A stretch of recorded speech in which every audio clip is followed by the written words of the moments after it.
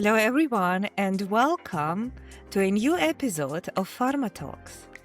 And today, I'm your host, Nataliya Andreychuk, and we will be exploring once again about the amazing transformations we are all facing with the new AI era. So today we'll be talking about the evolution of the role of marketeer and the changes we are all experiencing in the day-to-day work and how we can make it better. I want to welcome our guest, Fredrik Holmboe, who is an AI-empowered commercial excellence strategist, the speaker, the really great moderator whom I met recently in Berlin in the event, and we have been exchanging with the ideas on how marketing and pharma can benefit out of AI practices. With a lot of years of pharma marketing on pharma sales engagement, Fredrik will be helping us today to discover even more in this AI midst we are all living in. Fredrik, you're welcome. Thank you very much, Natalia. It's a pleasure to be here today. And thank you for inviting me to this podcast of yours. Excellent. Can you give us a little bit, about your background to unpack this introduction so to make sure that we are really aligned and we know each other? So please go ahead. Yes, of course. So I have a background in neuroscience and philosophy and cognitive sciences, and that led me into the pharmaceutical industry, 2006. So I began working at Janssen, and then I did the standard career. But at the end of 2010, I began thinking that we must work more digital. And at that time, there were not a lot of different examples from the pharma world, but more and more were coming from business to business. And I became very interested. So I started doing that. I wrote articles. I've been speaking. And today we're going to talk about AI. And I have more than 2,000 hours with AI tools and platforms. And I've been speaking to pharma companies and life sciences on this topic, and as you mentioned, also moderated congresses. So it's a great honor to be here today. Thank you. It's a great experience. You can imagine 2,000 hours. So that's definitely, there is something to add. And, sometimes the experience in the promotion, we can see something very glossy, very appealing, but then we go into the details and it's not always as satisfying as it was promoted. So the same with AI, the details are very important and the results we are expecting are important. So let us bring us back to the topic about traditional marketing and how it will be changing. So we all know, we were already about to change traditional marketing with do-yourself approach, with making sure there are a lot of things marketeer can do on their own. So without agencies' help, marketeers in pharma, they can create their own campaigns, they can distribute the content, they can track the engagement, even personalize and go. Yeah. And then AI reshaped it entirely. So your understanding and your thinking, Fredrik, how do you see the modern marketeer's role evolving in this AI-driven world, if I may say? Yeah, no, but I think that it becomes more of the role of an orchestrator. We talked about omnichannel orchestrator, and I still, in a way, think that should be the sales rep. But when it comes to the marketeer, it becomes sort of a role of orchestrating the different AI tools and the different AI powers that are at hand, potentially not through their own systems, but through the agencies, and understanding what can be done. And as you mentioned, personalization today is very, very simple when you have defined your different target groups or personas. I'm going to use that word today. There are ICPs, ideal customer profiles, or personas. But for me, I have a background in inbound marketing, and that's where personas stems from. So I'm going to use that, and personalization becomes quite quite simple. And we all have a powerhouse in our own laptops, and how to use that the best way is super, super interesting and important, I think. Absolutely agree with you. Orchestration, thinking, making sure like we do understand the persona and even micro persona level, we can think better about for whom and how the message is delivered, how we drive the retention. We can stop digging into the number of data and having only the plug and play insights we need to understand what is the best marketing game over there. And Yeah. AI is a game changer on its own. And then, like everything what we do today is turning out from being data into insights, into real-time actions. So let us Yeah. be even more tangible. Can you talk a little bit about some real world examples of how AI is helping marketeers and field teams to act smarter?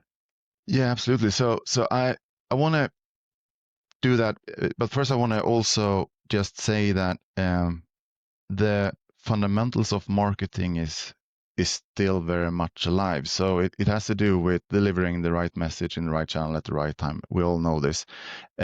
And for pharma, scientific evidence is the spine, and then you have the layer of compliance that needs to be adhered to.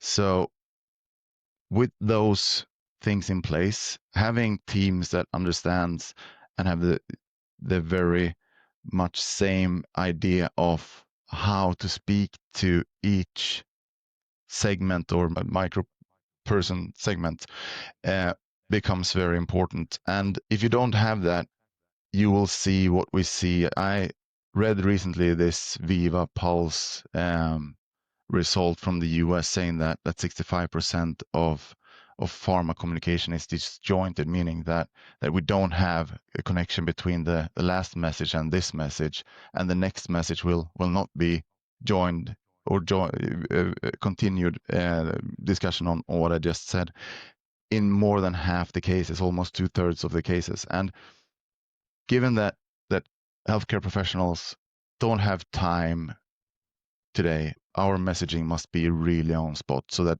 every interaction informs the next interaction.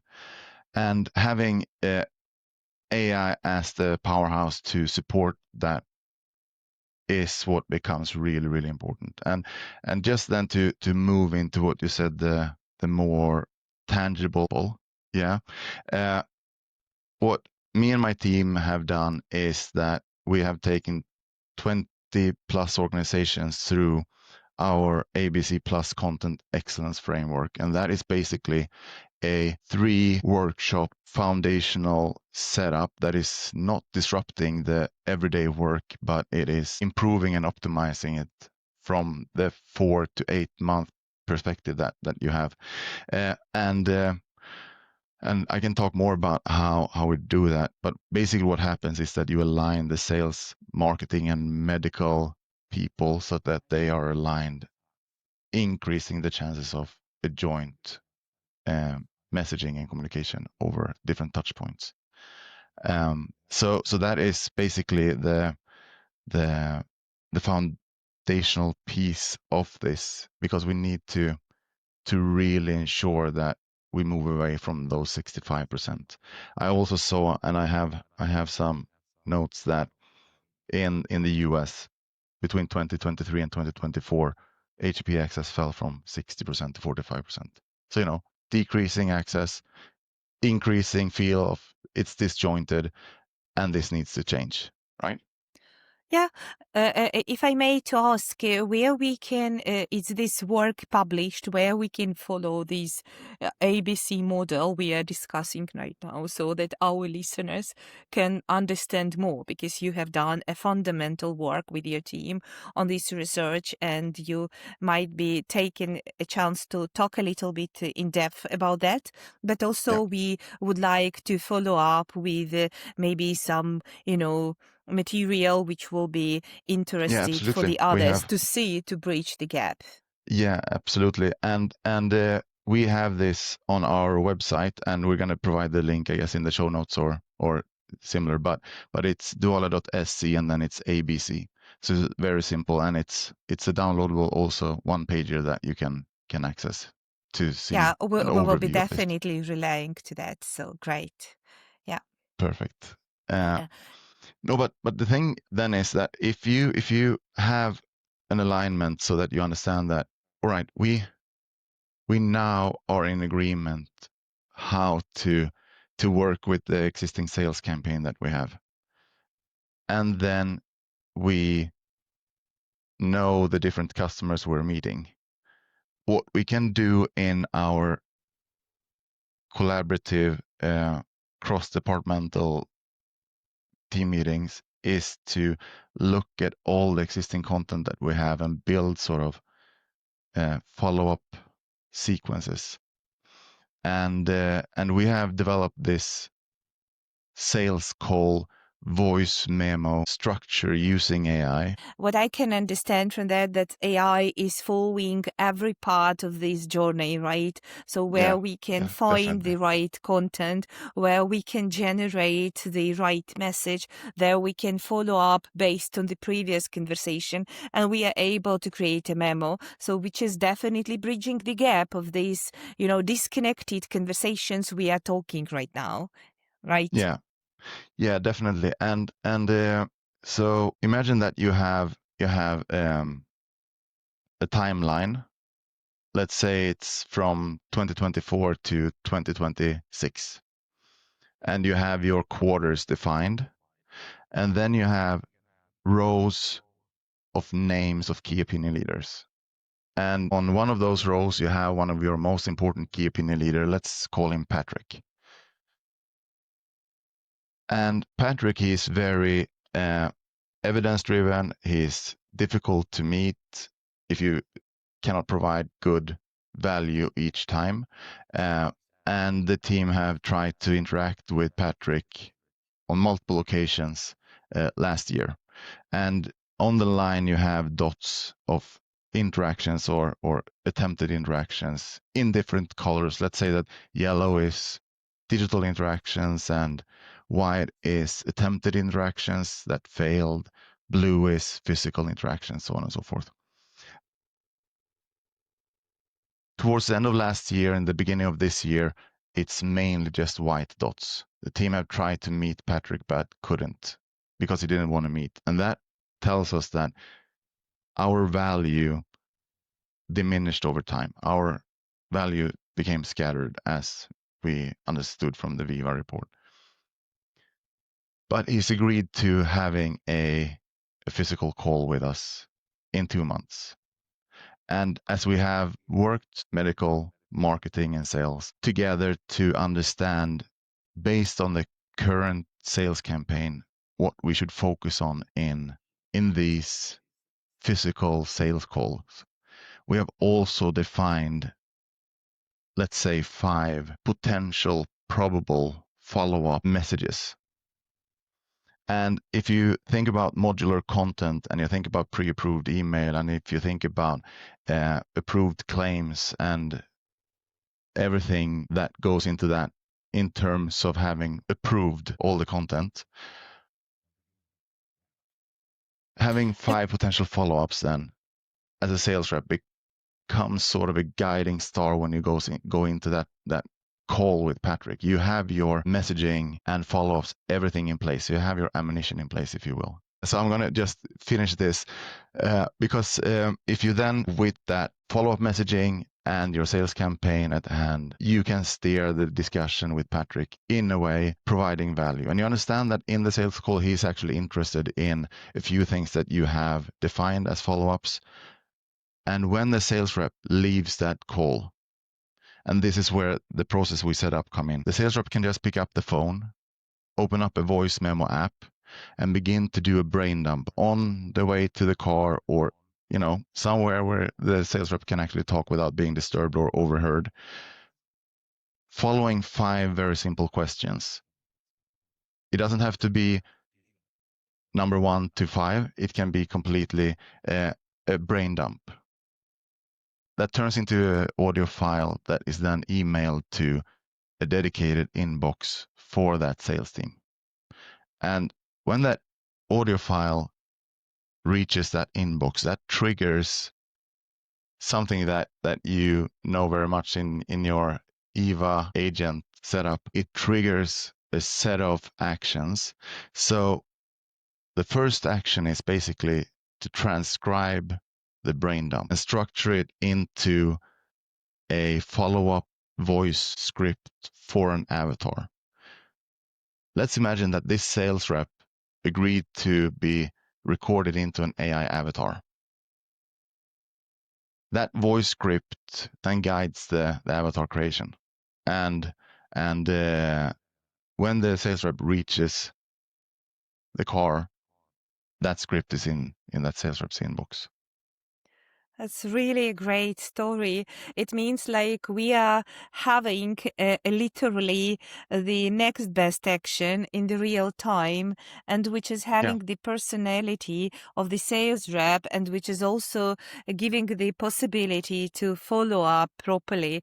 I think there are a lot of things what can be done today with agentic AI, and as much as we can see this as end-to-end, to find the right message, to create the right material, to track the right line of conversation, to get a follow-up. And then, like the feedback loop also can be really meaningful. And this is really resonating with us, taking a step to lead a meaningful conversation, questions, answers based, not just the product pitch, which is where we are heading. So AI will be helping us to navigate into the right direction. However, I want to bring ourselves now into the question where AI can help us to bridge the gaps between sales, marketing, and even medical. I guess today, to lead the meaningful conversation, so just have a simple training is not enough. So we need to have the data on our fingertips. So we need to have the understanding of medical, of commercial. So we need to understand not only our product line, but we need to understand a lot of more. And in that regard, I believe to create the meaningful message for the particular personas, AI today, even more just the creation or generating of the asset, it is social media listening, like we are implementing the one inside Eva, listening. It's of course it's connected to the particular location, but it gives you a hint what are the particular patient groups are discussing, where the questions might be leading us in the conversation with the particular healthcare professional. So this is an important thinking, right? And this is AI where really changing the game. But what is your experience, Fredrik, about those silos? So how in your practice you're helping to bridge those gaps between marketing, sales, and medical? Yeah, no, but exactly, and that is the framework that we developed. That is the foundation, and it plays into basically everything we do and everything on how we think and create value for HCPs. And if you consider that there's data suggesting that even though sales and marketing work very close together, as there are different time horizons most often and different personality types, the output isn't as good as it could be. And having time to sit down according to a framework like the ABC Content Excellence Model or something similar, you sort of rebalance that collaboration. And what should happen is to sort of rebalance the idea of the words we use and the knowledge base that we have, because most often we are working with multi-channel marketing or omnichannel marketing. We're talking about a cautiously progressive customer segment. This leaves room for so much interpretation. And if you have your own goals and objectives, and if you have your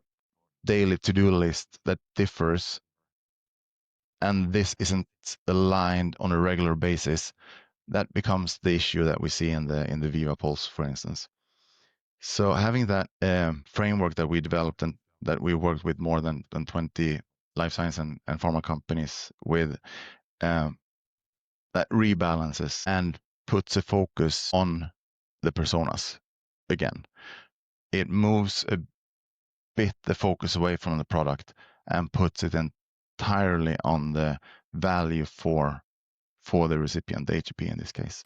You know, that's a very good statement, because what we have learned from the experience with the clients, and especially the last 6 months, so this end-to-end journey for the marketeer, for the evolved marketeer, it is special from organization to organization, because every organization is unique. And even being under the same umbrella in pharma, we are very unique, and there are very unique journeys which are not repeating from one organization to another.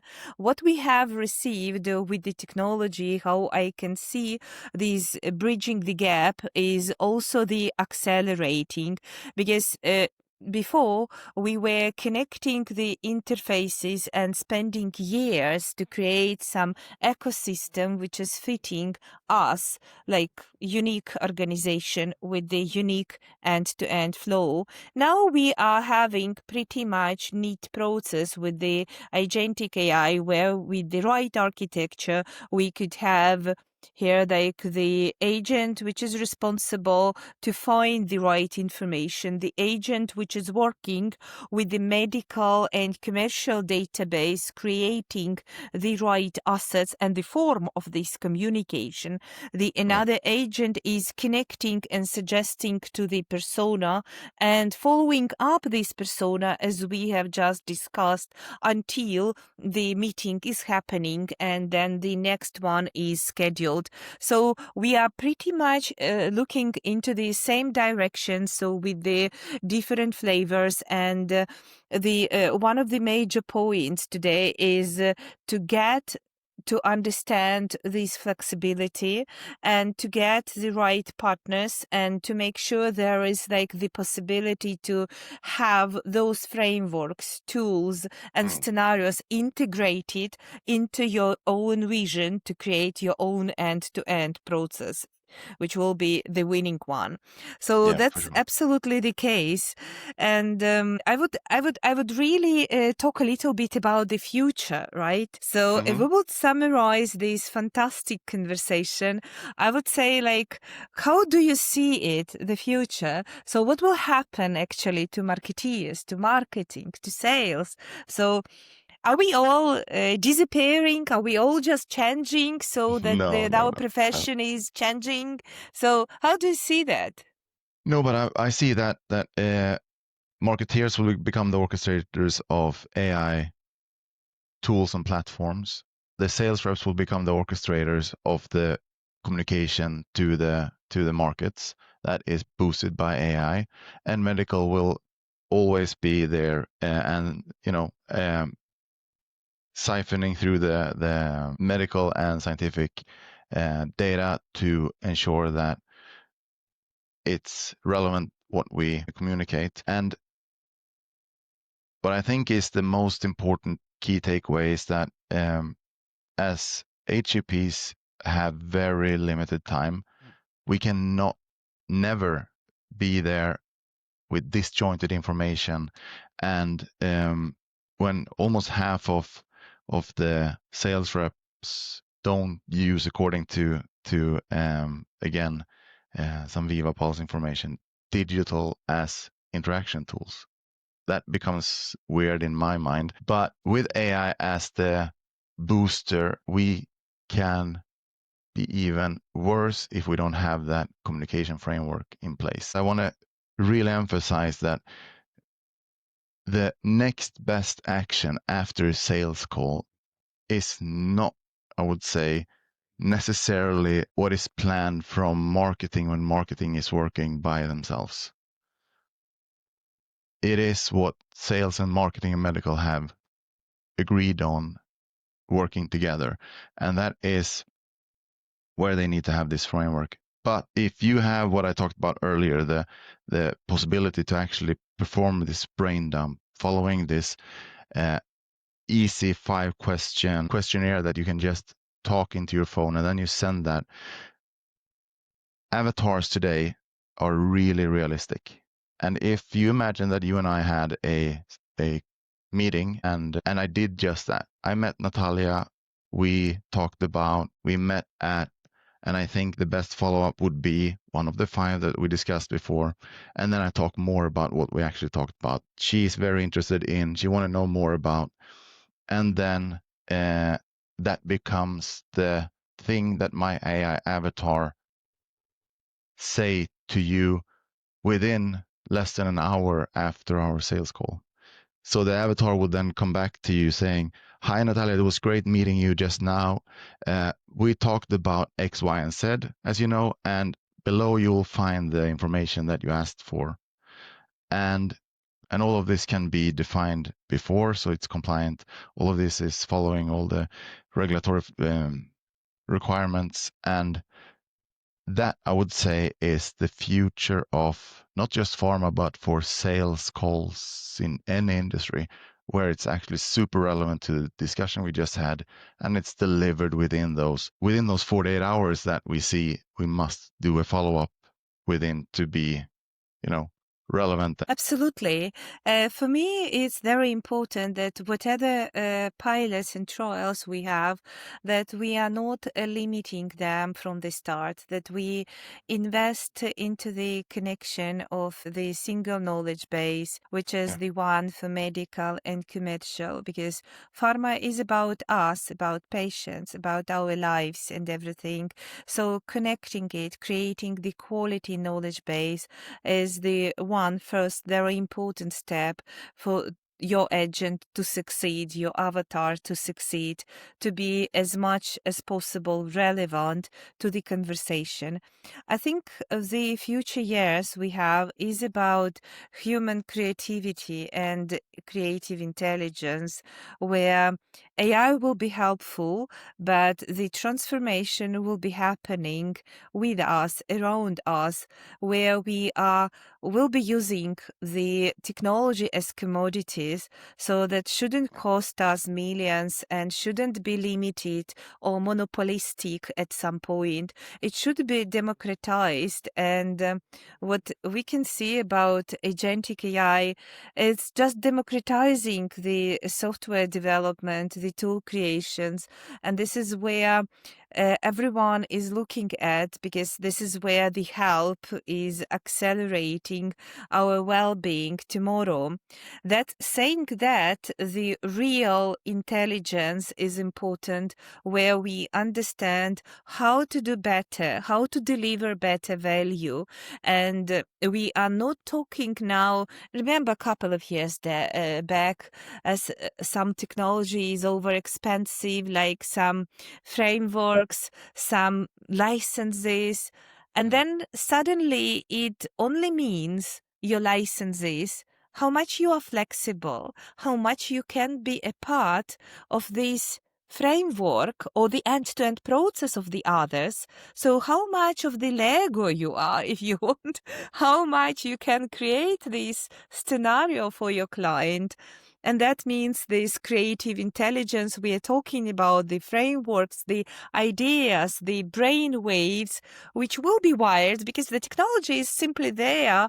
We can deal with that. We can, of course, it will take some time, but not the years.